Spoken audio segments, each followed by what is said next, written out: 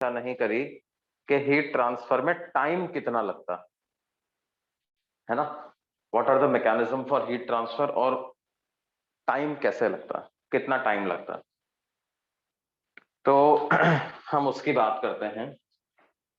Basically देखो, there are 3 ways in which heat can be transferred. One is conduction, second is convection, and third one is radiation. 3 तरीके हैं जिनसे heat का transfer हो सकता है। ये पहले जो तरीके हैं, इनमें क्या होता है, मटेरियल की requirement for transfer of heat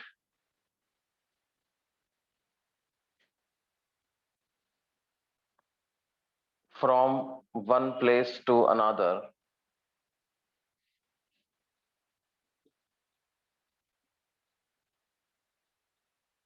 through conduction or convection,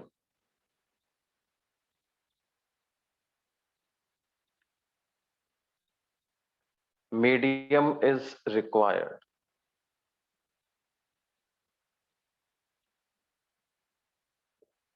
medium is required, medium की जरूरत तो पड़ती। रेडिएशन एक ऐसा तरीका है for heat transfer through radiation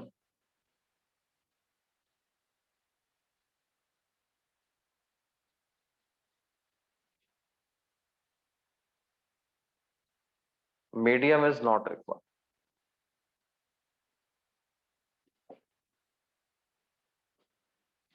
medium is not required.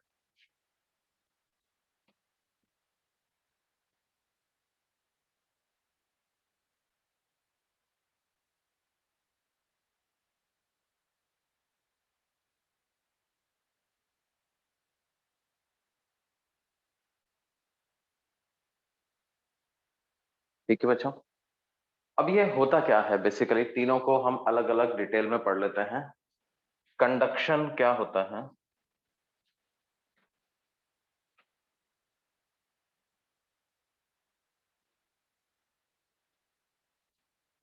देखो ये जो कंडक्शन जो होता है, it is predominant mode of heat transfer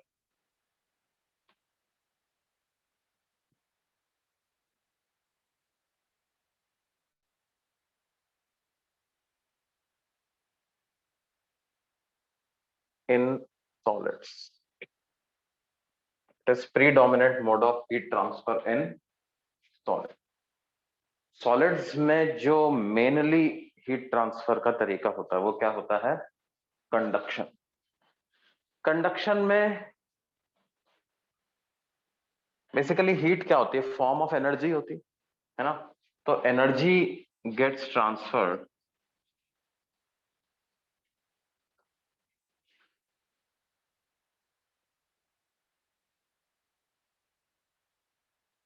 by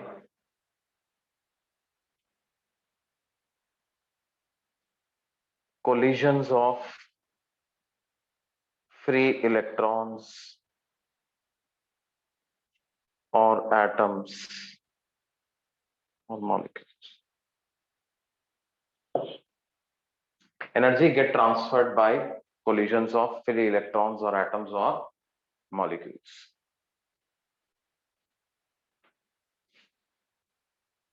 है ना।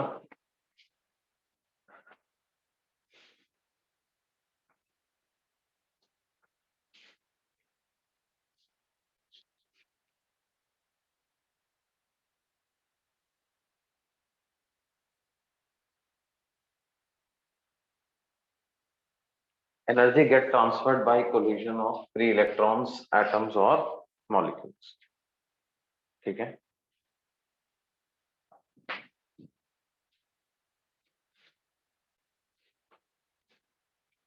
मतलब जैसे क्या है, आप ऐसे समझिए कि ये कोई रॉड है,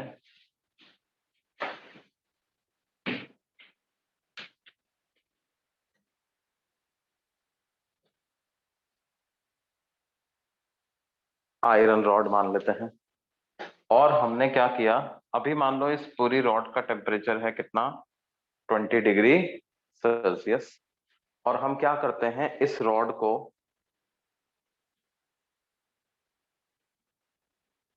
फ्लेम के कांटेक्ट में रख देते,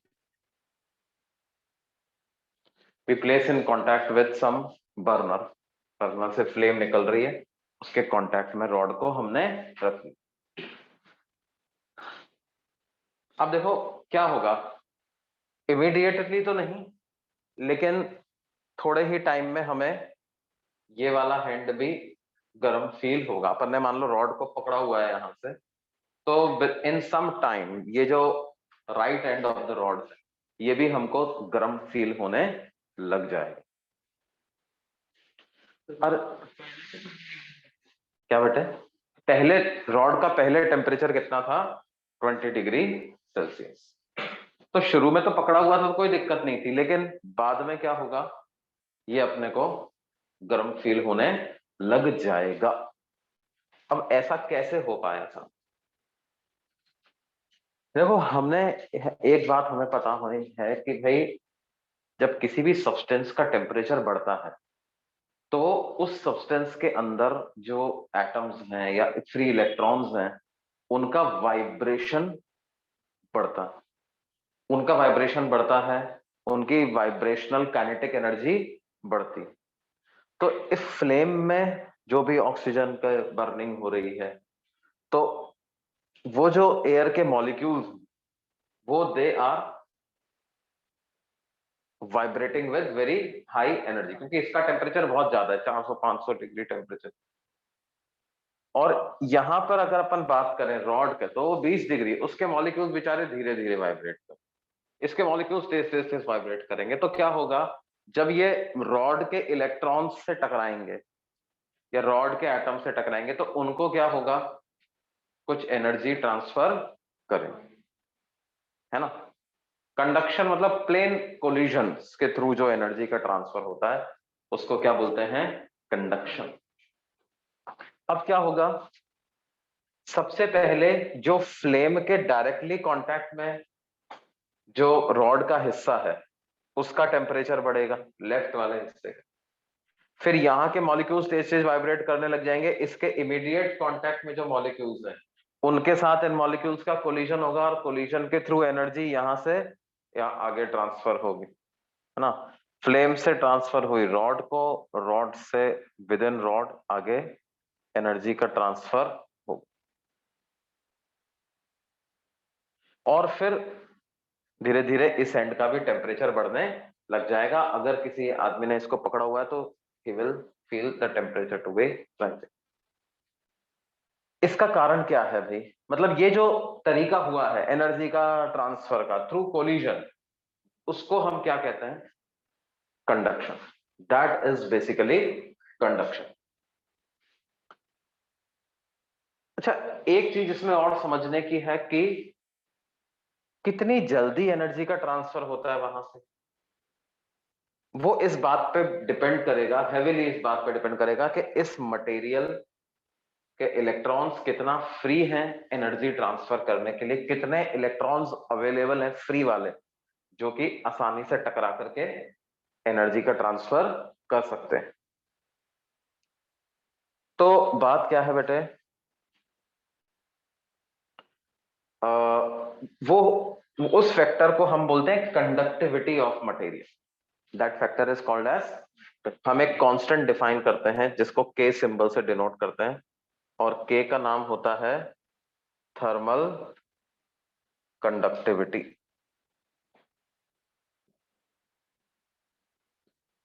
और इसकी एसआई यूनिट होती है वॉट पर मीटर पर डिग्री सेल्सियस। ये होती है क्या, थर्मल कंडक्टिविटी। और ये मेटल्स की हाई होती है,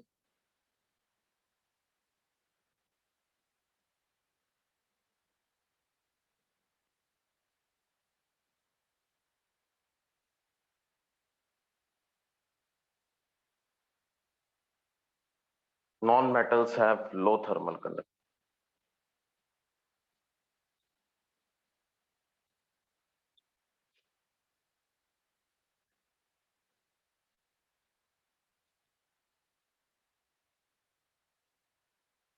और ये जो एनर्जी ट्रांसफर पर सेकंड थ्रू कंडक्शन जो होता है,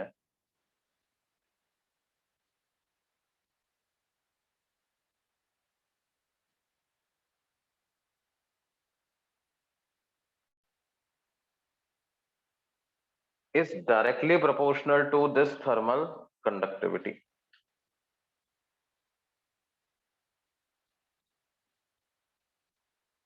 Is directly proportional to this thermal conductivity.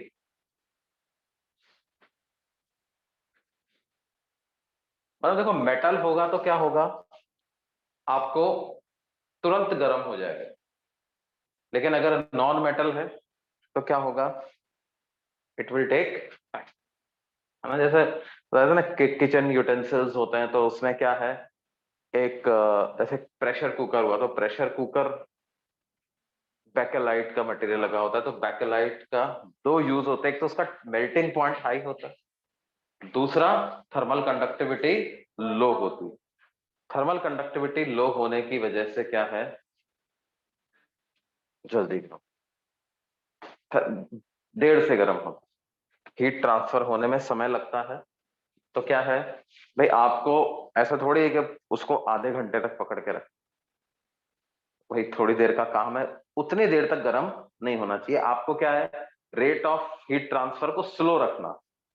Heat transfer तो होगा, उसको क्या रखना है, स्लो रखना। नॉन मेटल्स की थर्मल कंडक्टिविटी कम क्यों होती है, उसके अंदर फ्री इलेक्ट्रॉन कम होते हैं।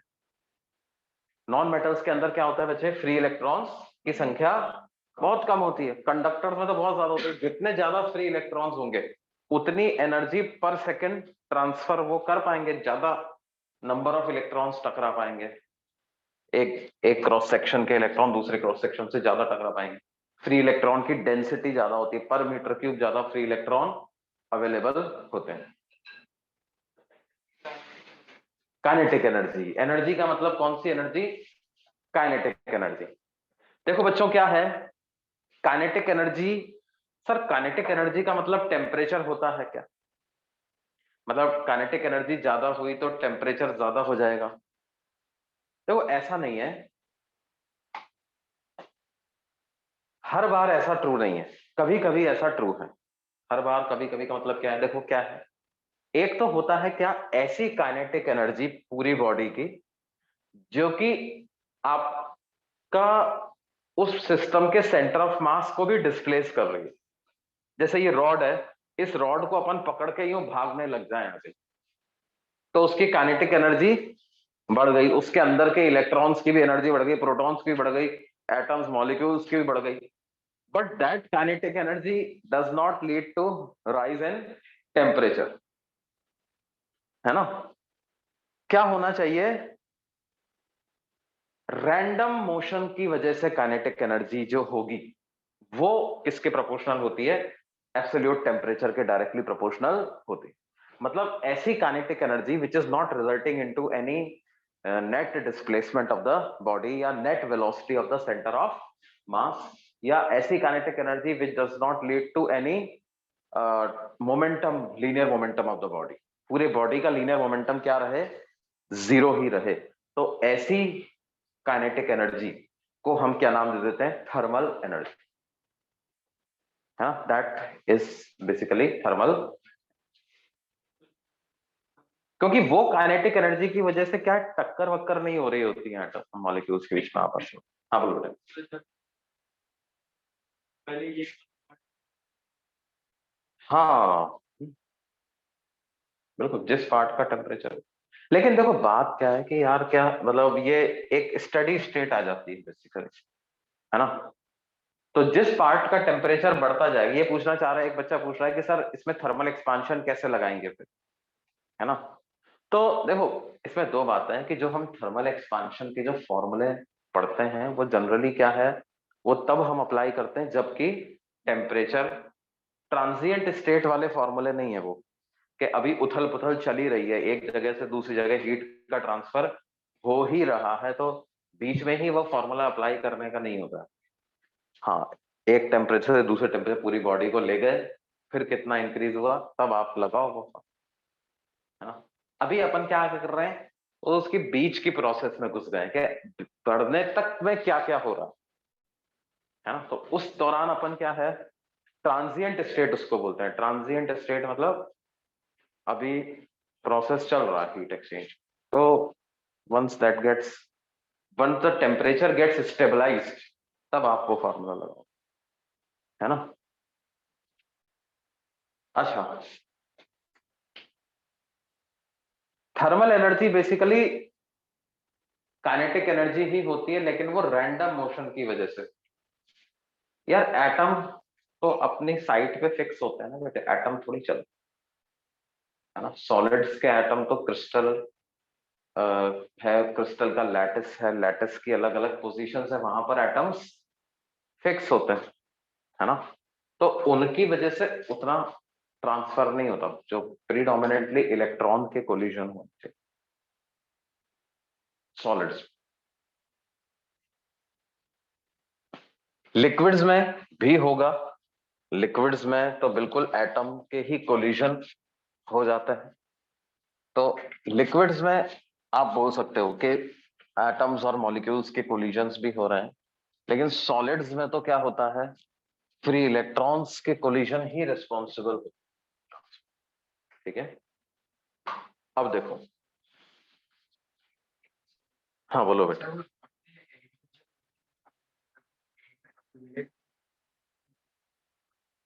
मतलब हीट तो यहाँ पर देखो एब्जॉर्ब हो रही है, तभी तो टेम्परेचर बढ़ रहा है। टेम्परेचर बढ़ गया ना इसका, आप ऐसा सोचो टेम्परेचर बढ़ गया, टेम्परेचर बढ़ गया तो वो हीट एब्जॉर्ब, हीट किस में कर, बेसिकली वो काइनेटिक एनर्जी ऑफ वाइब्रेशन ही तो हीट है, वही थर्मल एनर्जी है। Kinetic energy of vibration he thermal energy. और हीट क्या है, हीट बेसिकली एक तरीका है जिससे कि थ्रू क्या है, एनर्जी का फ्लो हो रहा है। जैसे वर्क के माध्यम से मैकेनिकल एनर्जी बढ़ाते हो, तो हीट के तरीके से आप थर्मल एनर्जी बढ़ाते हो। हाँ, अच्छा। तो देखो क्या है, अगर मान लो किसी भी तरह की यूनिफॉर्म या नॉन यूनिफॉर्म रॉड है,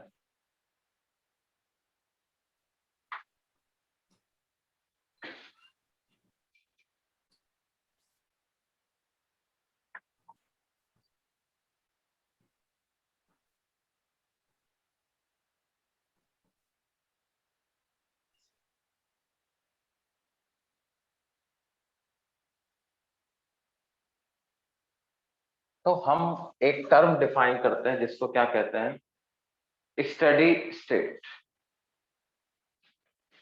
steady state flow of heat.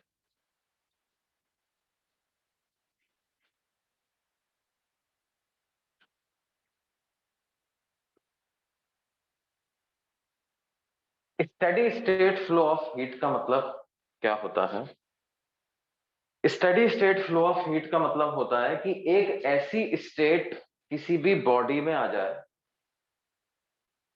कि क्या हो, a state in which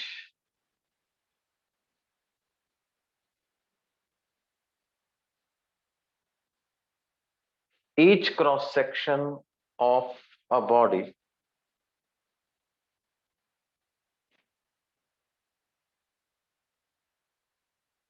a state in which each cross section of a body acquires a constant temperature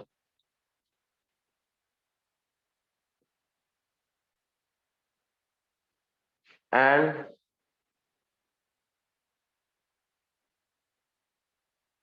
heat absorbed or emitted by any cross section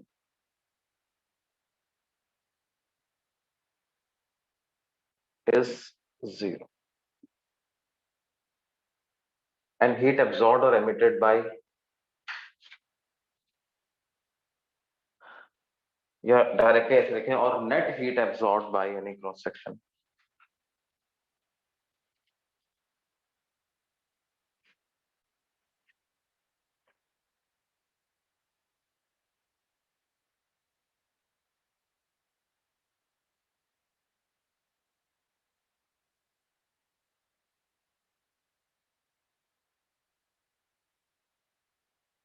जैसे बच्चों एक बात मैं आपको समझाऊं कि मैंने यहाँ पे कहा था साहब, मैंने 20 डिग्री सेल्सियस पे रॉड थी, इसको फ्लेम के कांटेक्ट में रखा, है ना।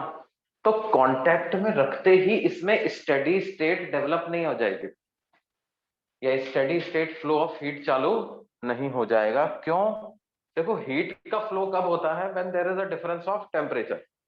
अब आप ऐसे समझिए कि ये जो रॉड का राइट वाला हिस्सा है, ये तो 20 डिग्री पे ही है। यहां पर तो कोई हीट का फ्लो शुरू में नहीं हो रहा होगा। शुरू में हीट का फ्लो तो सिर्फ इस रीजन में ही हो रहा हो, है ना।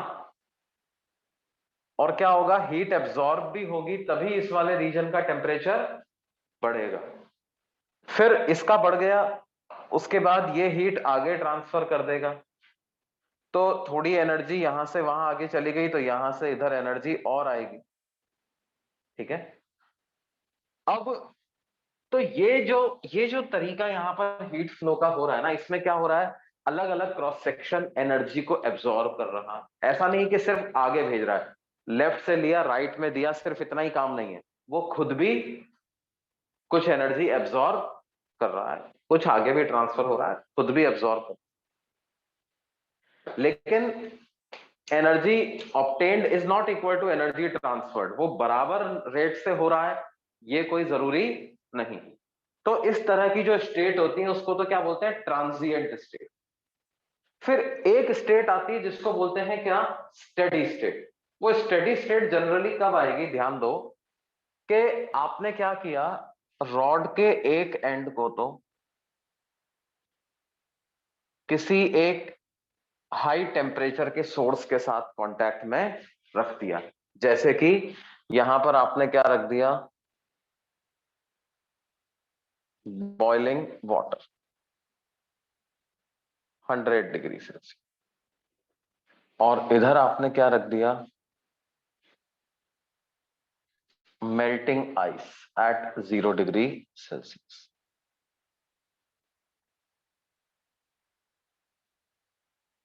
इसका मतलब क्या है कि जो लेफ्ट एंड है उसका टेम्परेचर आपने 100 डिग्री सेल्सियस मेंटेन कर रखा, राइट एंड का टेम्परेचर आपने 0 डिग्री सेल्सियस मेंटेन कर रखा है। मतलब क्या है? देखो, ये वाला एंड हीट आगे भी ट्रांसफर कर देगा, तो क्या होगा? पानी है, अभी बहुत सारा पानी है, रिजर्वॉयर है पूरा का पूरा, जो कि टेम्परेचर को 100 डिग्री ही रखे हुए, है ना। तो इस एंड का टेम्परेचर बदलेगा नहीं, इसका 100 का 100 ही रहेगा, राइट वाले एंड का टेम्परेचर 0 का 0 ही रहेगा। अब इसमें भी क्या होगा? शुरू में थोड़ी देर ट्रांजिएंट स्टेट आएगी, जबकि अलग अलग हिस्सों का टेम्परेचर अपने इनिशियल टेम्परेचर से बढ़ रहा होगा, वो कुछ हीट एब्जॉर्ब भी कर रहे होंगे। लेकिन कुछ देर के बाद, in some time, what will happen is कि एक टेम्परेचर प्रोफाइल इस पूरी रॉड में जनरेट हो जाएगा। एक ऐसा टेम्परेचर प्रोफाइल जनरेट हो जाएगा इसके, कि जैसे क्या होगा, यहाँ का टेम्परेचर 100 है, तो इधर का 90, 80, 70, 60, 50, 40, 30, 20, 10, 0 करके। तो देखो अल्टीमेटली होगा क्या? 100 डिग्री सेल्सियस वाले रिजर्वॉयर से हीट का फ्लो होगा 0 डिग्री वाले में। ये दोनों तो डिफरेंट टेम्परेचर पे हैं, तो यहां से वहां तो हीट का फ्लो होगा ही होगा। किसके थ्रू होगा? रॉड के थ्रू होगा। और फिर उस समय पे इस रॉड का क्या काम रह जाएगा? सिर्फ उस समय पर रॉड का काम सिर्फ ये रह जाएगा कि 100 डिग्री से 0 डिग्री के बीच में हीट का फ्लो करवाने का काम रह जाएगा। फिर उस केस में रॉड खुद कुछ हीट एब्जॉर्ब नहीं कर रही है, वो बस एक माध्यम का काम करेगी, वो मीडियम है सर, जो कि क्या कर रहा है? जिसके थ्रू हीट बॉइलिंग वाटर से मेल्टिंग आइस को जा रही है। ये बात समझ में आती है? तो दैट स्टेट, जबकि क्या होगा? A state comes when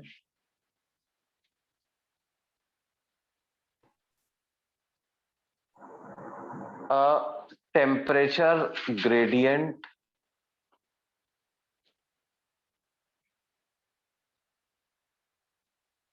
gets created across the rod. A temperature gradient gets created across the rod. A state comes when a temperature gradient gets created across the rod, so that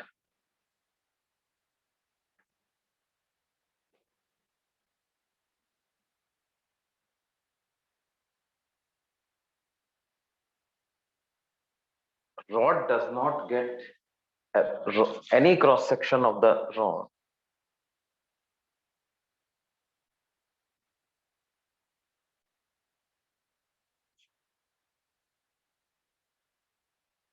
does not absorb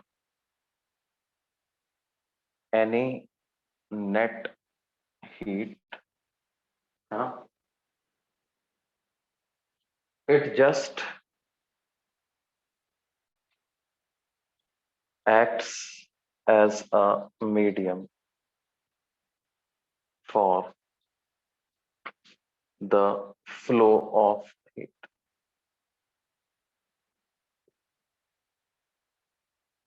अच्छा, एक बच्चा पूछ रहा है sir ये steady state आ क्यों जाती है, मतलब तो वो तो एक बहुत ही नेचुरल सी बात है ना। स्टेडी स्टेट, आपने लेफ्ट हैंड का टेम्परेचर 100 डिग्री मेंटेन किया हुआ है, राइट हैंड का टेम्परेचर 0 डिग्री मेंटेन किया हुआ है ना।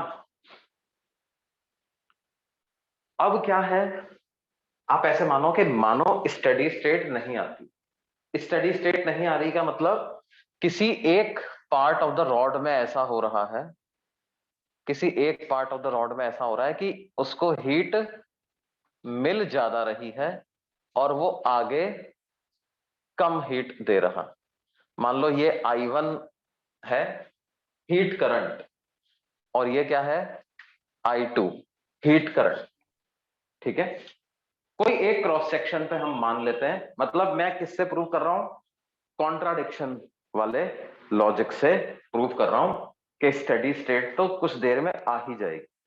कैसे, ये क्रॉस सेक्शन है, इसको I1 रेट से हीट मिल रही है इतनी जूल पर सेकंड, और आगे जा रही है I2 जूल पर सेकंड। मान लो I1 ज्यादा है I2 से, है ना। अगर I1 I2 के बराबर हो गया इसका मतलब स्टेडी स्टेट। अगर I1 I2 के बराबर हो गया इसका मतलब क्या है, स्टेडी स्टेट। अगर I1 I2 के बराबर हो गया इसका मतलब क्या है, steady.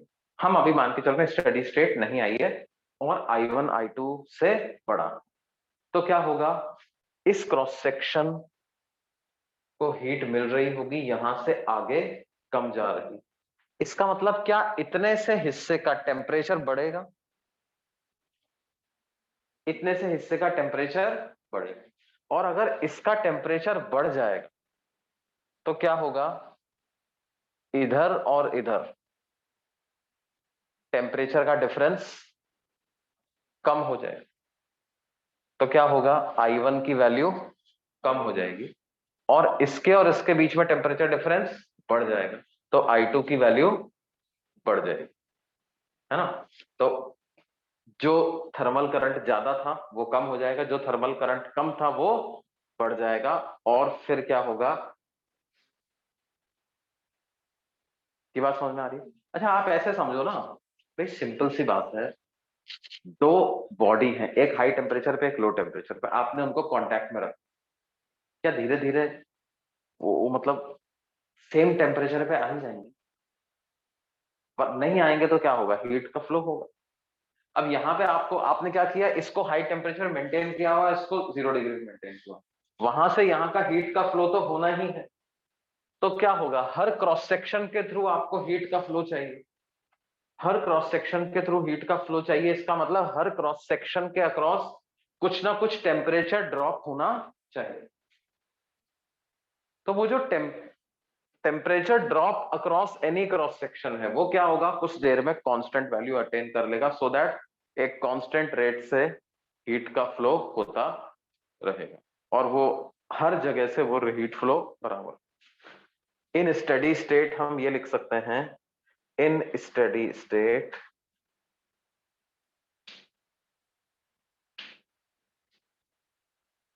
rate of flow of heat through any cross section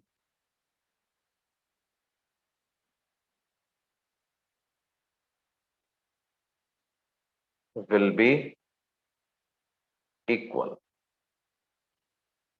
equal rate से हीट फ्लो हो रहा होगा थ्रू एनी क्रॉस.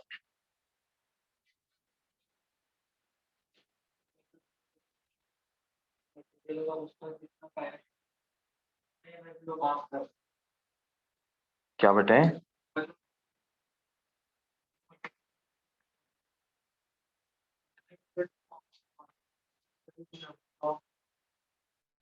नहीं, ऐसा नहीं है. उसका जो टेम्परेचर हो गया है वो कांस्टेंट हो गया, अब उसका टेम्परेचर नहीं बढ़. ठीक है, तो टेम्परेचर नहीं बढ़ रहा है मतलब heat absorb equal to heat transfer, है ना. जितना हीट मिला उतना इसने आपको अब एब्जॉर्ब करने की जरूरत नहीं. स्टडी स्टेट आने के बाद अब एब्जॉर्ब करने की जरूरत नहीं, है ना. और देखो, हीट के फ्लो होने के लिए कुछ टेम्परेचर डिफरेंस तो चाहिए ही आपको. जैसे यहाँ का टेम्परेचर T है और हम कहें यहाँ का टेम्परेचर T प्लस dt है ना. तो एक तो ये बात है कि dt नेगेटिव होना चाहिए, तभी हीट का फ्लो लेफ्ट से राइट में होगा, है ना. और ये जो dt है ये मेंटेन रहना चाहिए ना, अगर हम चाहते हैं कि कांस्टेंट रेट से हीट ट्रांसफर हो. तो इसका मतलब क्या होगा, इसका टेम्परेचर T ही रहेगा, इसका T प्लस dt रहेगा, फिर आगे का 2dt 3 ऐसे चलता है ना. तो ये जो rate of flow of heat होता है, rate of flow of heat through any cross section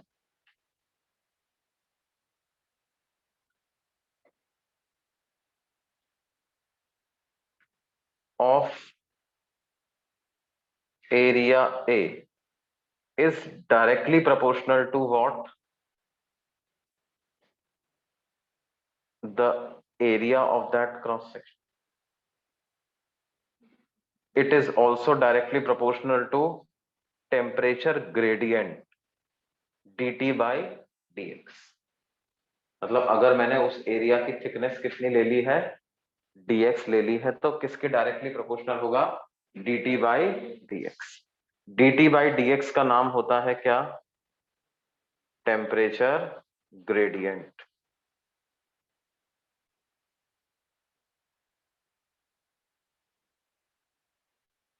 और ये रेट ऑफ हीट फ्लो को हम क्या लिखेंगे,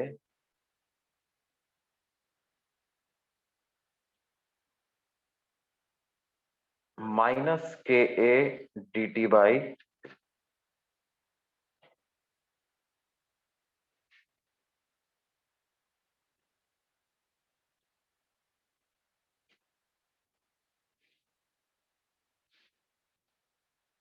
माइनस साइन क्या बताता है, negative sign indicates that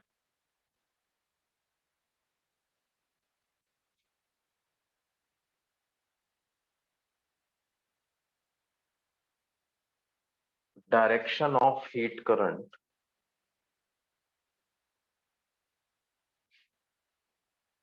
is opposite to the direction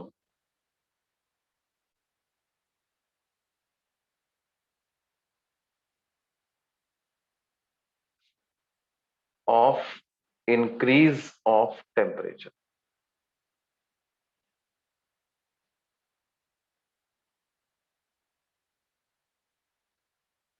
है ना. या opposite to the direction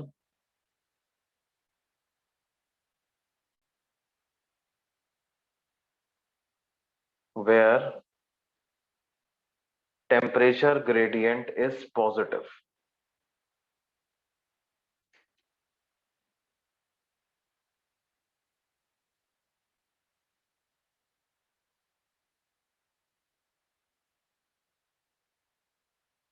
is opposite to the direction where temperature gradient is positive, या in the direction where temperature decreases। Simple शब्दों में अगर इसको कहें तो हीट फ्लो किस डायरेक्शन में होगी? उस डायरेक्शन में जिधर टेम्परेचर कम हो रहा है।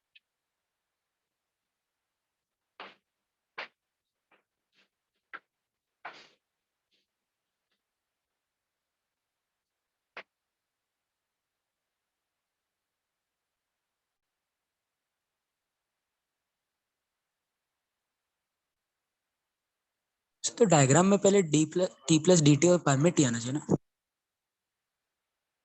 नहीं, तो अच्छा ये बोल दो ना dt नेगेटिव है। हाँ सर। की जगह हम क्या बोल देते हैं? dt। अगर मैंने हीट फ्लो राइट में दिखाया हुआ है इसका मतलब क्या है? dt नेगेटिव है, या यूं कहें dt बाई dx नेगेटिव है। तो dt बाई dx नेगेटिव है तो नेगेटिव ऑफ नेगेटिव क्या हो जाएगा? पॉजिटिव। अगर वाकई में राइट डायरेक्शन में आपको हीट फ्लो कराना है, ठीक है, तो ऐसा लिखेंगे।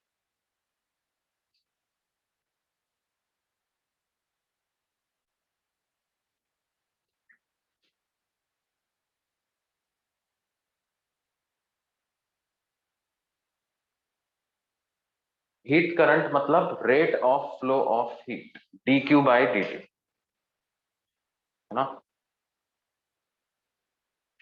The rod must be having a constant temperature greater than the normal room temperature during heat transfer। देखो पूरी रॉड का एक टेम्परेचर नहीं होता बेटे, है ना? हीट ट्रांसफर के दौरान पूरी रॉड का अगर सेम टेम्परेचर हो जाएगा तो क्या हीट का फ्लो हो पाएगा? हीट का फ्लो होने के लिए हर क्रॉस सेक्शन के अक्रॉस कुछ टेम्परेचर डिफरेंस होना चाहिए, और ये टेम्परेचर डिफरेंस स्टेडी स्टेट में कांस्टेंट हो जाता है ना? K is thermal conductivity. Yes, ये जो K है, ये K वही K है, कौन सा? Thermal conductivity. हमने पढ़ा था ना, थर्मल कंडक्टिविटी के भी डायरेक्टली प्रोपोर्शनल होता है। अच्छा, एक बच्चा पूछ रहा है सर थर्मल करंट क्या होगा, हीट करंट क्या होगा? Heat current is nothing but यही rate of flow of heat, इसी को आप हीट करंट भी बोल देते हैं।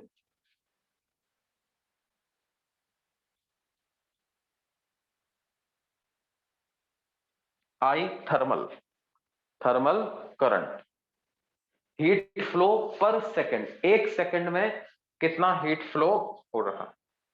इस चैप्टर को अपन करंट इलेक्ट्रिक कंडक्शन का जो है ना उसको करंट इलेक्ट्रिसिटी के जैसा ही मान सकते हो आप। वहां पर अपन ने क्या पढ़ा था? Charge flow per second through any cross section पढ़ा। यहां पर क्या पढ़ रहे हैं? Heat flow through any cross section पर सेकंड। वहां पर भी मैंने एक बात तुम्हें समझाई थी कि क्या हो, वायर का एरिया यूनिफॉर्म हो नॉन यूनिफॉर्म हो जैसा भी हो, क्या होता है, करंट हर क्रॉस सेक्शन से सेम फ्लो होता है। अगर सेम नहीं होगा तो क्या होगा? चार्ज कहीं पर इकट्ठा हो जाएगा, वो इकट्ठा चार्ज होगा तो वो अपोजिट डायरेक्शन में इलेक्ट्रिक फील्ड जनरेट कर देगा, तो जो करंट ज्यादा था उसको कम कर देगा, तो कम था उसको बढ़ा देगा। यहां पर भी क्या होगा? अगर हीट फ्लो सेम नहीं हुआ तो टेम्परेचर बढ़ जाएगा, टेम्परेचर बढ़ने से क्या होगा?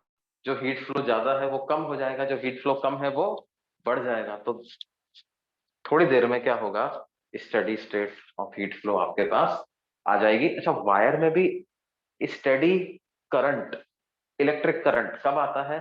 जब आपने उसके दोनों एंड को कांस्टेंट पोटेंशियल डिफरेंस पे मेंटेन किया हुआ है। यहां पर भी स्टेडी स्टेट कब आएगी? जब एक रॉड के दोनों एंड को आपने क्या किया हुआ है? कांस्टेंट टेम्परेचर्स पे मेंटेन किया, है ना? ये बात समझ में आती है? अगर आप मेंटेन नहीं करोगे, टेम्परेचर ग्रेडियंट की कोई डायरेक्शन नहीं है, टेम्परेचर ग्रेडियंट की डायरेक्शन नहीं है। टेम्परेचर ग्रेडियंट को तो आप स्केलर की तरह से ट्रीट कर सकते हो, है ना? वन डायमेंशनल के लिए तो आप इसको स्केलर की तरह से ही ट्रीट कर सकते हो। डायरेक्शन से हमारा मतलब क्या है कि जैसे मान लो आपको राइट साइड में लिखना है थर्मल करंट कितना फ्लो हो रहा है, क्या करना है? राइट साइड में आपको लिखना है कि थर्मल करंट कितना फ्लो हो रहा है।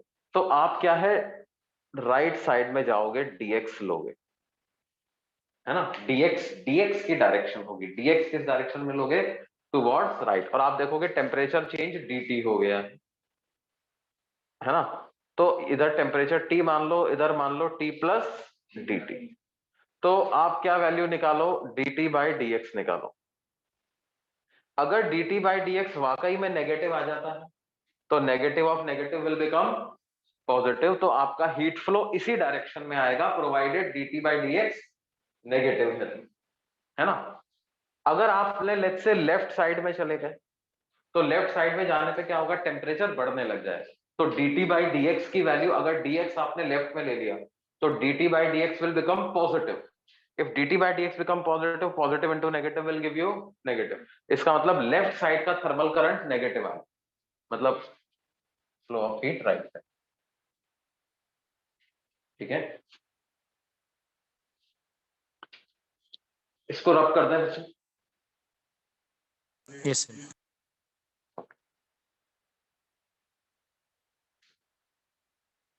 अब देखो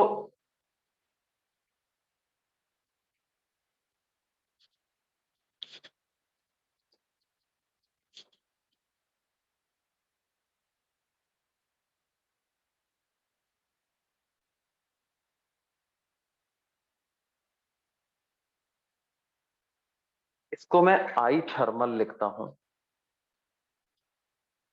आई थर्मल, ये किसके बराबर आ गया,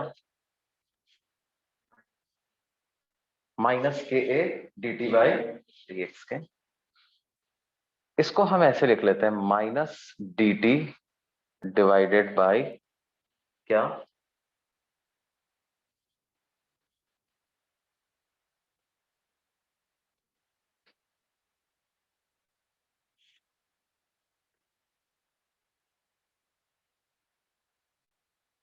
dx 1/k into dx upon area. देखो k क्या है बेटे, थर्मल कंडक्टिविटी, तो 1/k को थर्मल रेजिस्टिविटी बोल सकता हूं। तो ये जो फॉर्मूला है ये रो एल बाई ए जैसा ही है। 1/k को मैं अगर नाम दे दूं क्या, थर्मल, तो क्या ये रो एल बाई ए जैसा फॉर्मूला होगा। इसको आप उधर शिफ्ट कर दो इस पूरे, तो I thermal, thermal current into 1/k dx by A, ये बराबर आ गया किसके, माइनस डी टी के। इसको हम इंटीग्रेट कर देते हैं, इसको जीरो से लेकर के किसी वैल्यू एल तक इंटीग्रेट कर दो, इसको x इक्वल टू 0 बोल देते हैं, इसको x इक्वल टू एल बोल देते हैं, है ना। और इसको कहां से कहां तक इंटीग्रेट कर देंगे, हाई टेम्परेचर से लो टेम्परेचर तक इसको इंटीग्रेट कर देंगे। यहाँ टेम्परेचर हाई मान के चल रहा है, वहां टेम्परेचर लो मान के चल रहा है। अब स्टेडी स्टेट में थर्मल करंट सेम होता है, तो thermal current comes out of the integration, और आपके पास क्या बच गया, integral of 1/k dx by A from 0 to L, और ये किसके बराबर हो गया, माइनस ऑफ टी, लिमिट डाला तो upper limit minus lower limit, I thermal, तो आ जाए, उसको भी अंदर ही रखा हुआ है मैंने for some reason, 1/k dx by, ये हो गया T high minus T low. ये जो पूरी क्वांटिटी है,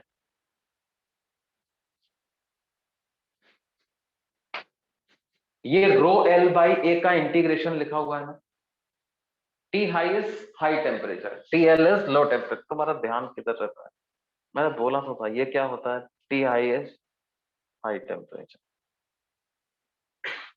टी एल क्या है, लो टेम्परेचर, है ना। इस एंड का टेम्परेचर x इक्वल टू 0 का टेम्परेचर मैंने x इक्वल टू 0 का टेम्परेचर टी हाई मान लिया, x इक्वल टू एल का टेम्परेचर टी लो मान। अब ये जो क्वांटिटी, क्या इसको मैं थर्मल रेजिस्टेंस बोल दूं?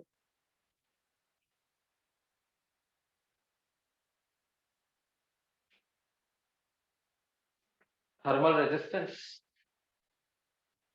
है ना? और ये किसके बराबर आ गया? Temperature difference. जैसे करंट इलेक्ट्रिसिटी में होता था, V equal to I R. Potential difference की जगह क्या आ गया? Temperature difference. रेजिस्टेंस की जगह आ गया थर्मल रेजिस्टेंस। करंट की जगह क्या आ गया? Thermal current. तो क्या ऐसा लिख सकते हैं? ये जैसा करंट इलेक्ट्रिसिटी का ओम्स लॉ होता था वैसा ही आ गया। This is analogous to I into R is equal to V।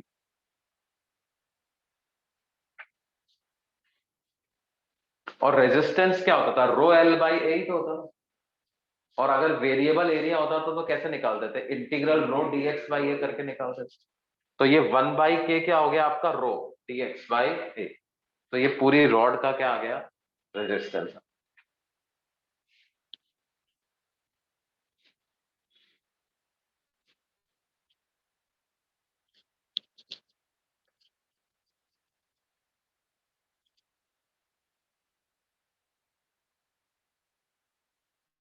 मतलब आपके पास steady state rate of flow of heat का क्या फॉर्मूला हो जाएगा?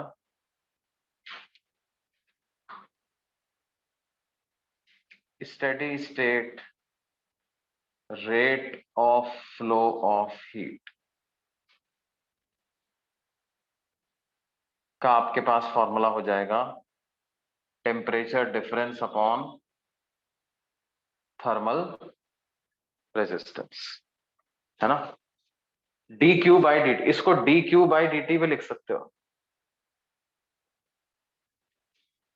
D Q is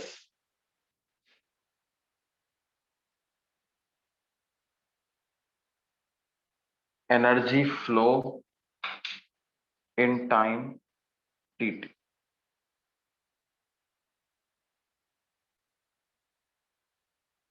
energy flow in time D T.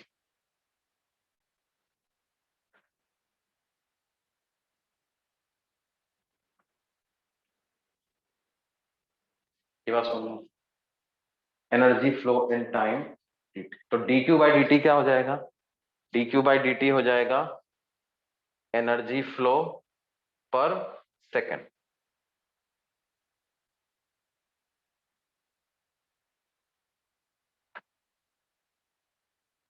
इसकी यूनिट क्या है?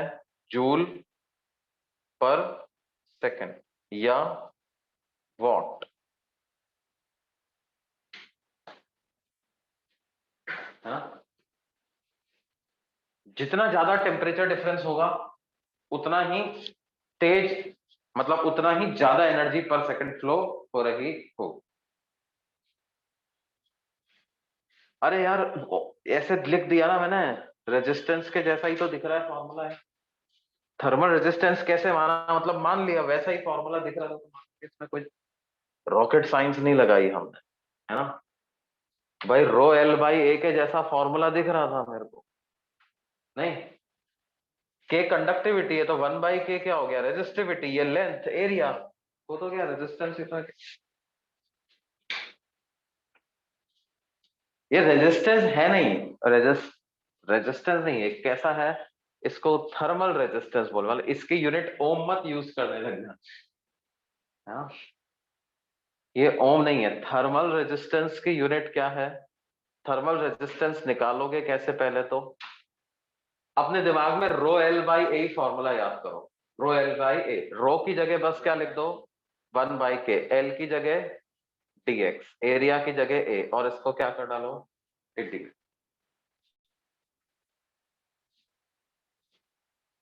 है ना? इसकी यूनिट क्या है? वॉट पर केल्विन, नहीं सॉरी, केल्विन पर वॉट, है ना?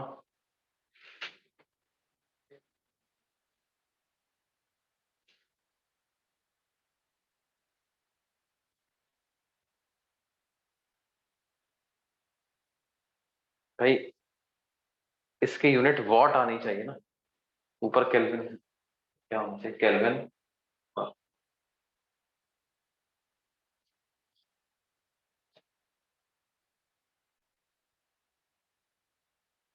आप ऐसे भी देख सकते हो कि हमने के की क्या यूनिट बताई थी, वॉट पर मीटर केल्विन।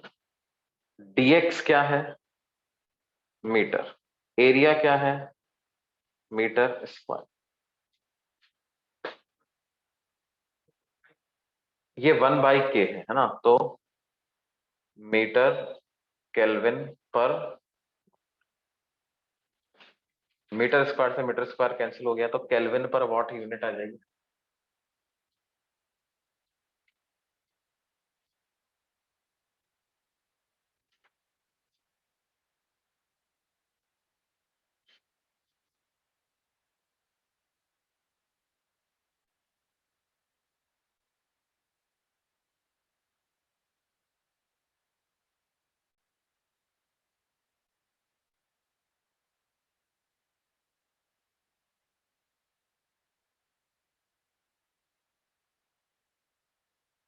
देखो, अगर हमारे पास मान लो यूनिफॉर्म एरिया की रॉड बचे, कैसी रॉड आ जाती,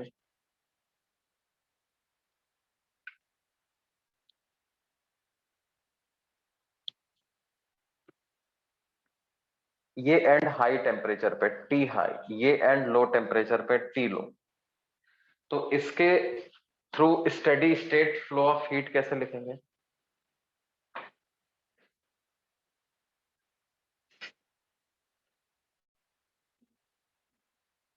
उसको steady state flow of heat कहो या dQ/dt कहो या थर्मल करंट कहो, एक ही बात, T high minus T low divided by इसका रेजिस्टेंस, रेजिस्टेंस हो जाएगा 1/k dx/a, 0 से L तक इंटीग्रेट कर देंगे तो T high minus T low divided by इसका एरिया भी यूनिफॉर्म है, इंटीग्रल dx L आ जाएगा, तो ये आ जाएगा T high minus T low 1/k L/a। This is, इसको कई लोग ऐसे भी लिख सकते हैं के A T high minus T low by L.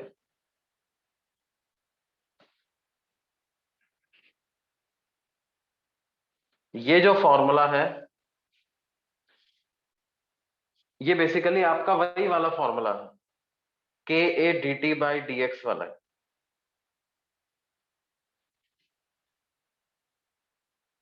उसी के जैसा है ना।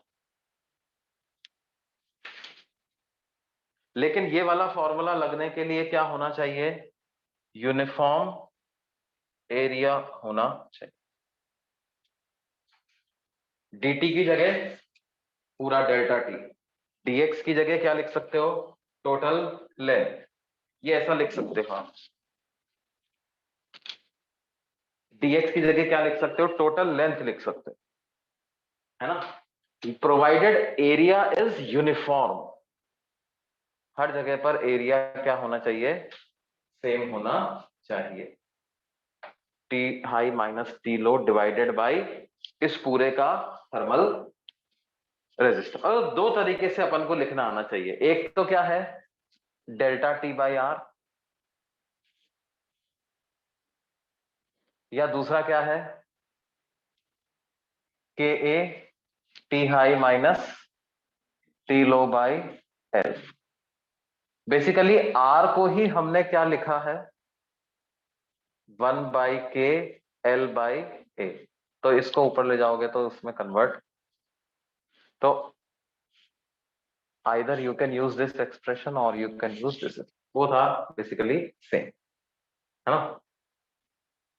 अगर नॉन यूनिफॉर्म है तो फिर क्या है, बेटर है हम ये वाला तरीका अपनाएं, बस उसमें रेजिस्टेंस को 1/k L/a लिखने की जगह 1/k dx बाय ए लिख के पहले अलग से रेजिस्टेंस निकाल लो, टेम्परेचर डिफरेंस अपॉन रेजिस्टेंस कर क्या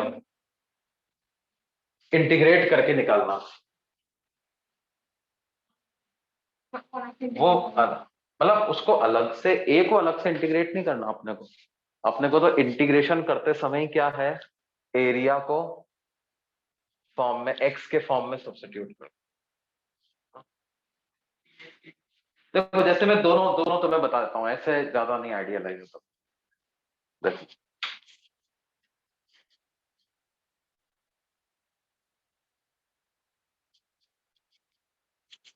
मानो आपसे कहा जाए कि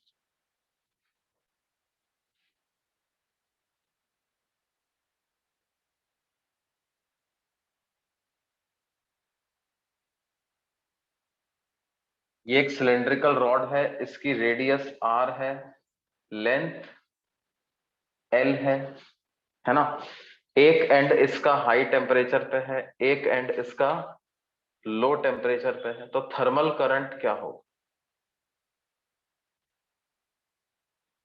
तो ये हो जाएगा कितना, के A T high minus T low by L. हाँ, अगर उसकी जगह हमसे कहा जाए कि एक ऐसी रॉड है हमारे,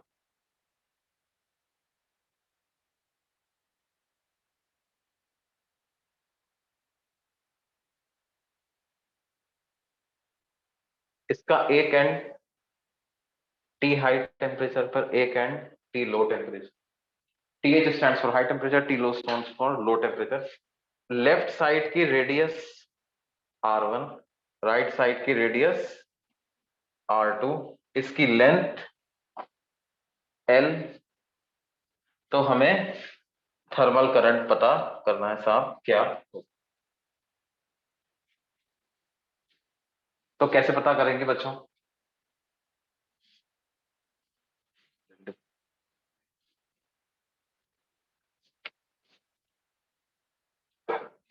I को आप सिंपली लिख दोगे कितना, टी हाई माइनस टी लो अपॉन इसका रेजिस्टेंस।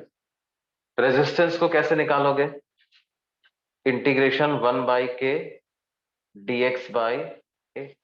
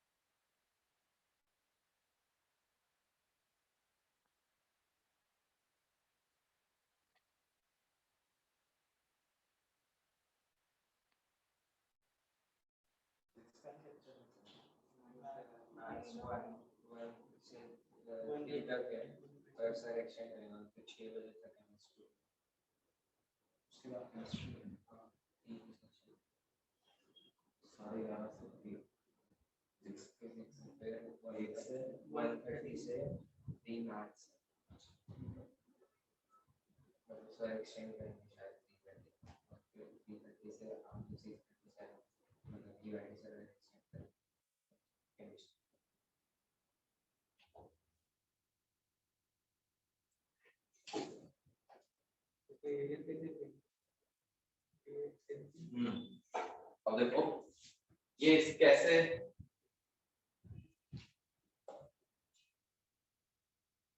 कैसे लिखेंगे बच्चों का एरिया वगैरह।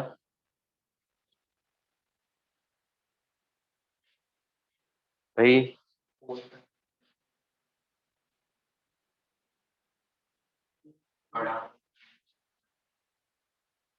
आप क्या करो, इसको आगे ऐसे एक्सटेंड कर दो, है ना।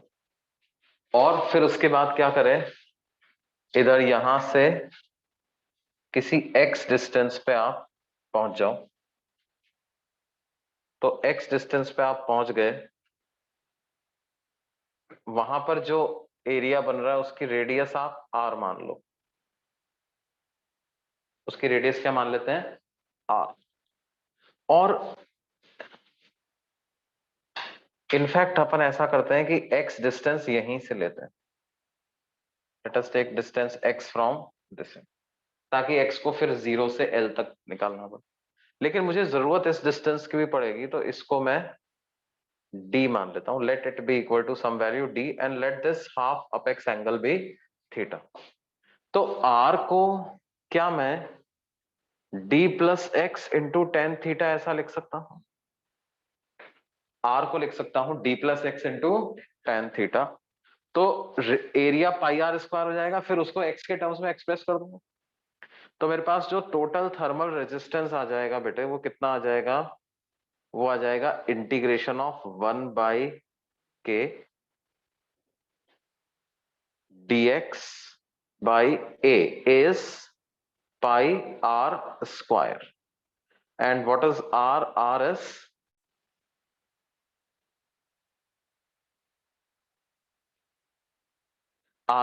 ये पूरी क्वांटिटी, तो d प्लस एक्स का whole square into tan square theta.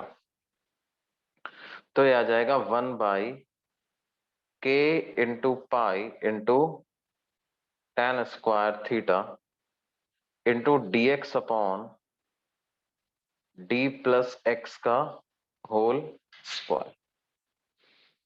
1/k pi tan square theta integral D X upon D plus X का होल स्क्वायर। और x की वैल्यू कहां से कहां तक सब्स्टिट्यूट कर दें, 0 से लेकर के l तक। कहां बेटे,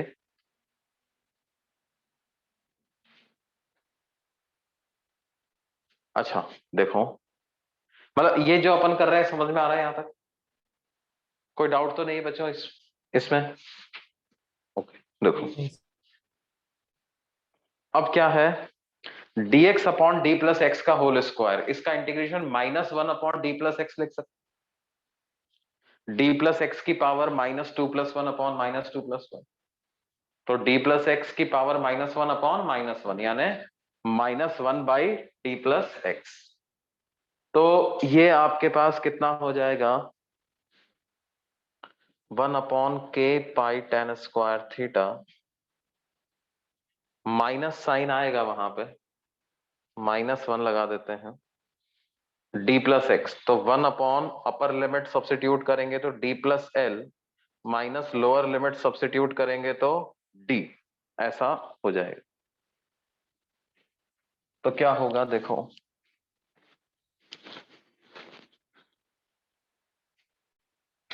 ये आपके पास वैल्यू आ जाएगी -1 upon k into pi into tan square theta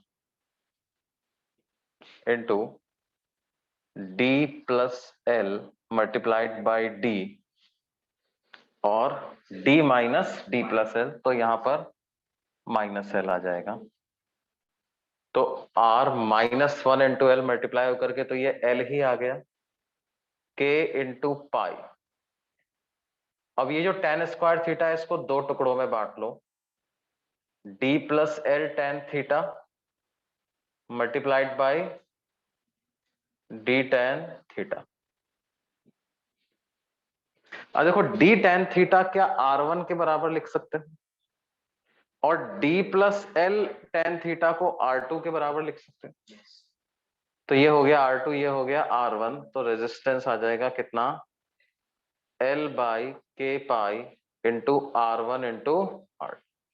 ये ऐसा थर्मल रेजिस्टेंस आपका ये वैल्यू यहां पर सब्स्टिट्यूट करो, आपका करंट आ गया, है ना। करंट की वैल्यू अल्टीमेटली कितनी आ जाएगी हमारी, I is T high minus T low divided by 1/k L by A की जगह आ गया पाई R1 R2। ये ऐसा थर्मल, ये फ्रस्टम का अपन ने रेजिस्टेंस करंट इलेक्ट्रिसिटी वाले चैप्टर में भी निकाला होगा कुछ, यस सर। है ना। बिना कौन किए कंप्लीट किए तो कैसे करोगे। सर वो R2 माइनस R1/L को tan थीटा ले लेंगे ना। हाँ, मतलब बेसिकली वो सिमिलैरिटी से आप ऐसा कर सकते हो कि भाई क्योंकि इसकी जो रेडियस है वो लेंथ के साथ यूनिफॉर्मली बढ़ रही है, तो देखो अगेन क्या है वो समझ के करने वाली बात है। अगर कोई हालांकि इट नॉट मैटर, आप ऐसे भी कर सकते हो, देखो कि एल लेंथ के इंक्रीज होने पे रेडियस में कितना इंक्रीज हो जाता है, R2 माइनस R1। तो पर यूनिट लेंथ जाने पर इंक्रीज इन रेडियस कितना हो जाएगा, R2 minus R1 by L. तो x लेंथ जाने पर जो इंक्रीज होगा वो कितना होगा, R2 minus R1 by L into x. तो बेसिकली x डिस्टेंस पे रेडियस क्या आ जाएगी, ये तो इंक्रीज इन रेडियस आ रहा है, रेडियस हो जाएगी R1 plus R2 minus R1 upon L into x, है ना। ऐसा भी आप कर सकते थे, लेकिन क्या है वो ठीक है, उससे ज्यादा फर्क नहीं पड़ता है, मतलब नंबर ऑफ स्टेप्स तो सेम ही रहती है, कुछ खास।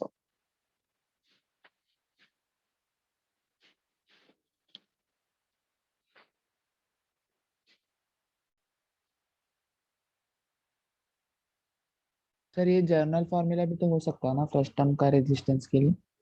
फर्स्ट टर्म के रेजिस्टेंस के लिए जनरल फॉर्मूला भी हो सकता है ना। जो लोग याद करने में ज्यादा विश्वास रखते हैं वो इसको याद ही रख लें, नहीं कहानी ही खत्म हो जाएगी। ये सब के चक्कर से मुक्त हो जाओ, सीधे आपने याद ही रख, भाई मुझे तो याद है, खत्म।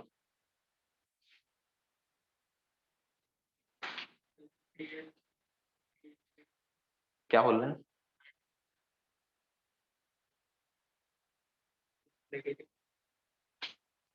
फिर हीट फ्लो इधर फ्लो होने लग जाएगा, इसमें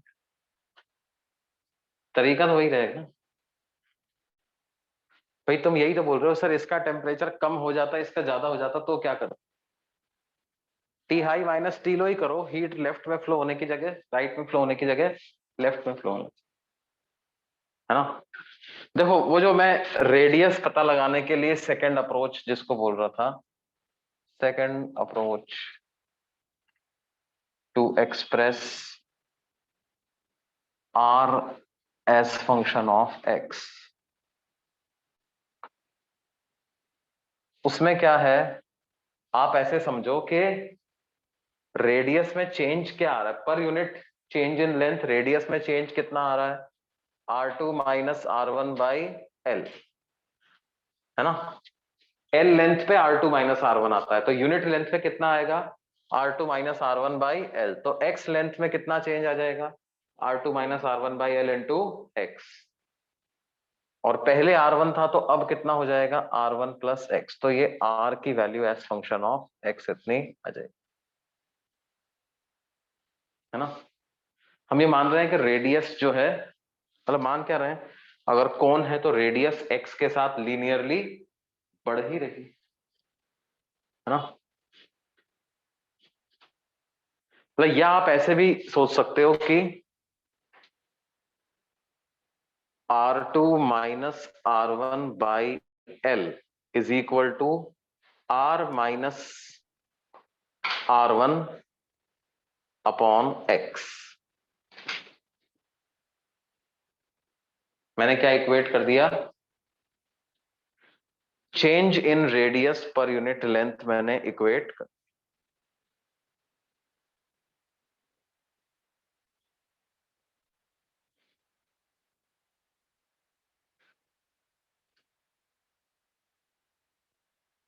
change in radius per unit length is constant.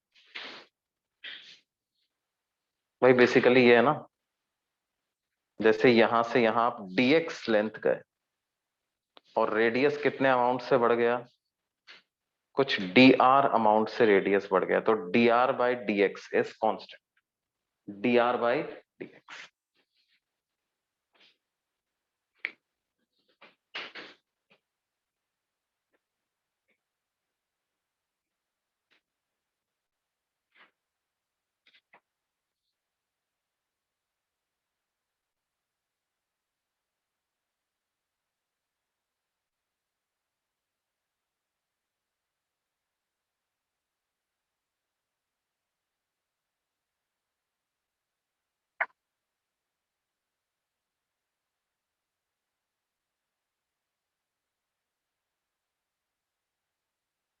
देखो जैसे मान लो ऐसी कोई रॉड है,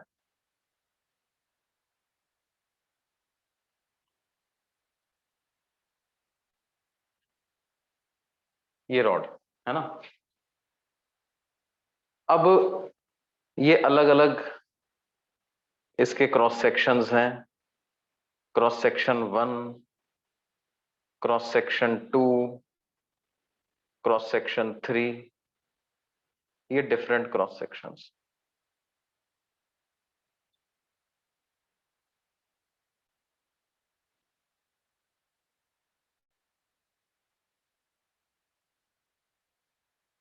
ठीक है, तो हमें क्या करना है, arrange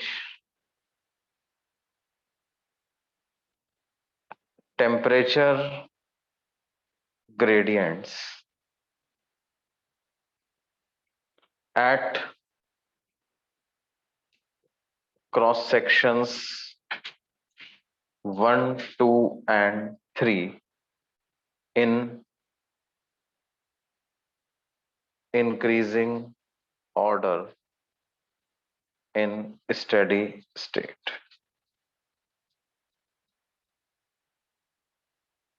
Arrange temperature gradients at cross sections 1, 2 and 3 in increasing order in steady state।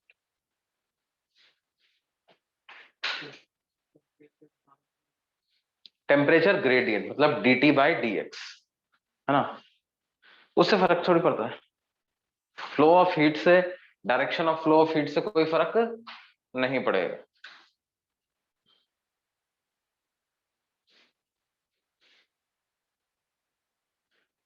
भाई स्टेडी स्टेट में क्या हम बोल सकते हैं, थर्मल करंट सब में से बराबर फ्लो करेगा, थर्मल करंट इज सेम। इसका मतलब के A D T by D x is constant at all cross sections.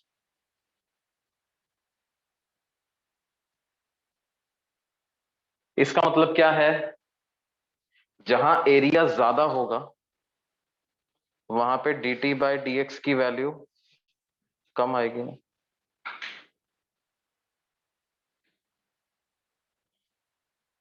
जहां एरिया ज्यादा होगा वहां पे D T by D X की वैल्यू कम आएगी, जहां एरिया ज्यादा तो D T by D X कम। तो हम लिख सकते हैं D T by D X at 3 is least, then dt by dx at 2, then dt by dx at cross section 1।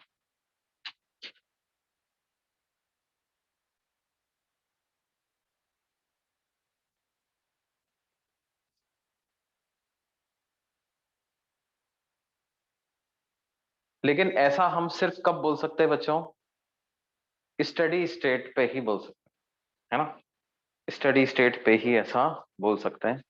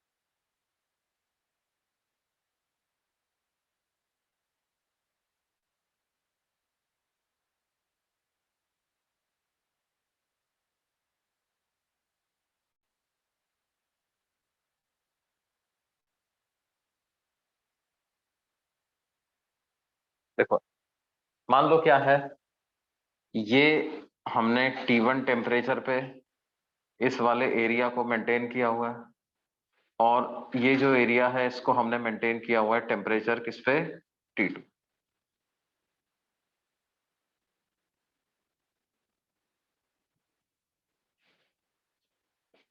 T1 is greater than T2।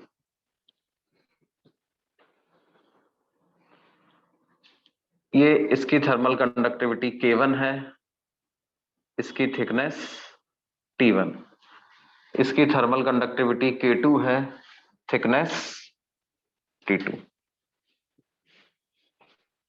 ठीक है, दोनों का एरिया सेम है, मतलब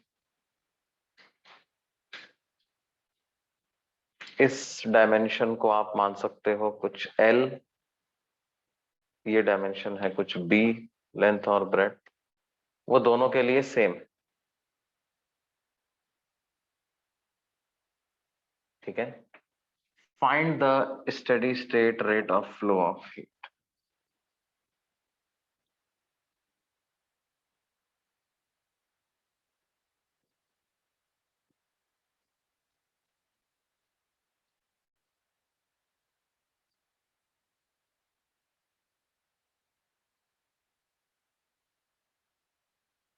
इन स्लैब्स के through steady state rate of heat, flow of heat क्या होगा, ये हमें पता लगाना।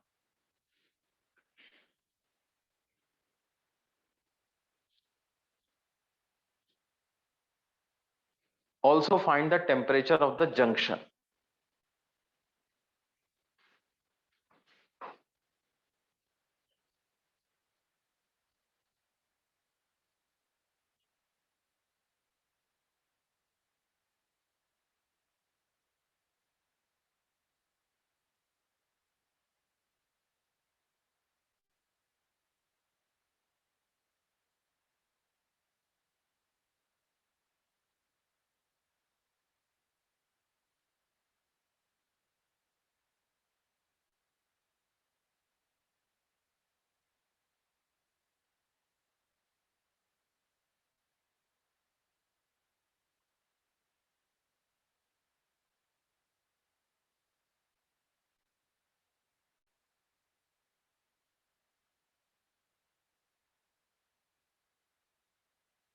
तो क्या रेट ऑफ हीट फ्लो को हम T1 minus T2 upon R1 plus R2 ऐसा लिख सकते हैं? These slabs can be treated as two resistors which are connected in series। क्यों बच्चों, दो रेजिस्टर्स की तरह से ट्रीट कर सकते हैं जो कि कैसे कनेक्टेड है, सीरीज में। अब ये आया कैसे, इसको एक बार समझ लो आप। देखो हम ऐसा करें, let the temperature of the junction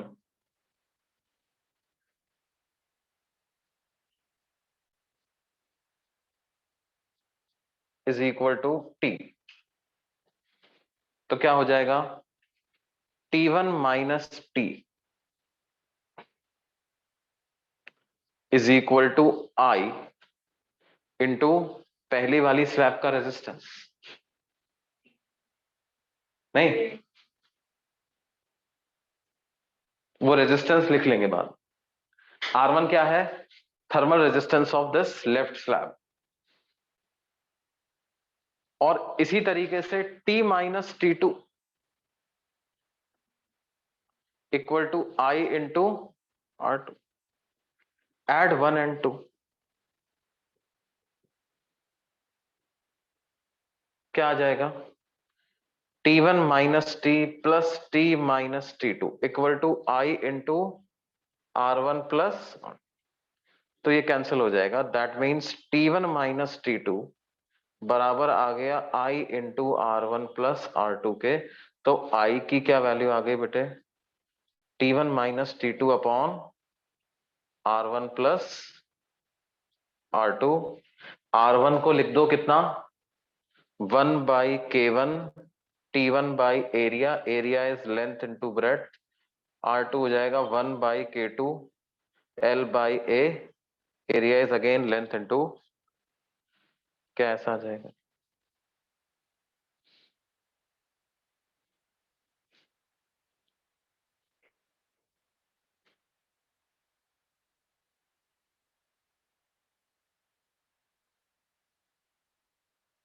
हाँ बेटे, बस मैं इसको वाइंड अप कर ही रहा हूँ, लास्ट क्वेश्चन कर रहे हैं एक तरीके से, समझ लो। क्या ये बात समझ में आती है बेटे? तो अगर मान लो आपके पास एक one after the other slabs connected हैं, उन सबके थ्रू होकर के हीट एक एंड से दूसरे एंड फ्लो हो रही है, तो हम क्या लिखेंगे? हीट करंट को लिखने का क्या होगा? उन स्लैब्स को हम मान सकते हैं कैसे कनेक्टेड हैं, सीरीज में वो स्लैब्स कनेक्टेड। हम मान सकते हैं वो स्लैब्स कैसे कनेक्टेड है बच्चों? वो स्लैब्स जो सीधी। हैं वो सीरीज, हाँ बोलो बेटे।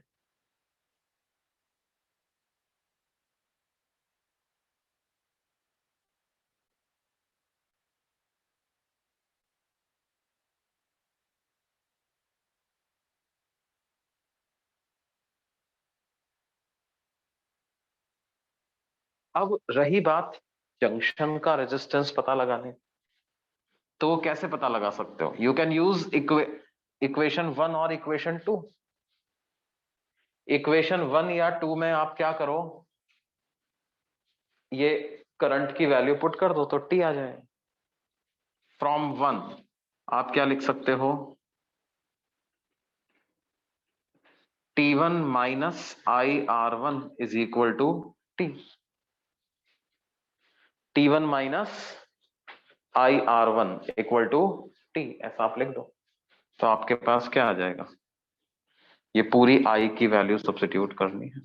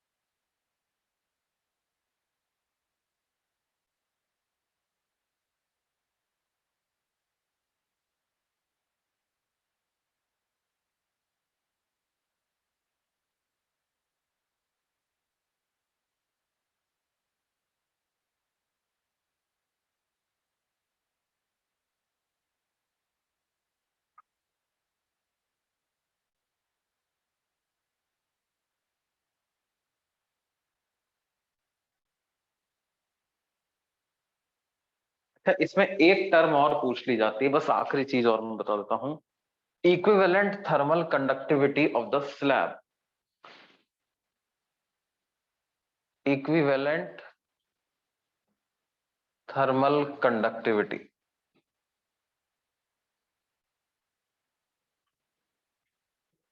इनके कहने का मतलब क्या है कि साहब अगर पूरी को अपन एक स्लैब से रिप्लेस कर दें of one thermal conductivity, still the resistance comes out at as same, so that current comes out at से, तो हम क्या करेंगे? 1/K1 L1 by A plus 1/K2 L2/A, R1 plus R2, ये पूरे का रेजिस्टेंस है। इसको किसके इक्वेट आप कर दो? 1/K equivalent T1 plus T2 by, again area, तो भाई एरिया। तो ये जो क्वांटिटी आएगी इसको क्या कहोगे आप? इक्विवेलेंट थर्मल कंडक्टिविटी, है ना? देखो, अगर ये वाला क्वेश्चन सॉल्व करना है तो इसमें इक्विवेलेंट थर्मल कंडक्टिविटी का कोई कंट्रीब्यूशन नहीं, लेकिन इक्विवेलेंट थर्मल कंडक्टिविटी इसलिए मैं बता रहा हूं क्योंकि कई बार ऐसे क्वेश्चन आते हैं जिसमें वो पूछ ही लेते हैं कि इक्विवेलेंट इक्विवेलेंट थर्मल कंडक्टिविटी बताओ कितनी, तो फिर हमें इस तरह से उसको करना पड़ेगा। तो आपके पास क्या आ जाए बेटे? L/B से L/B कैंसिल हो गया, तो 1/K इक्विवेलेंट की क्या वैल्यू आ गई? T1/K1 plus T2/K2 divided by T1 plus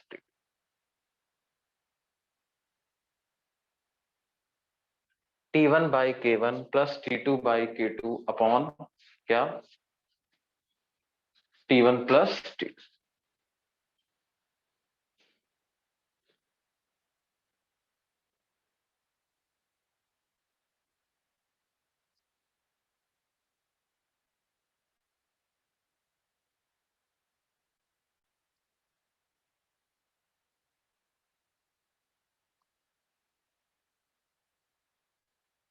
तो ये बात है बच्चों, बाकी हम अगली क्लास में कंटिन्यू करेंगे इसको, ठीक है।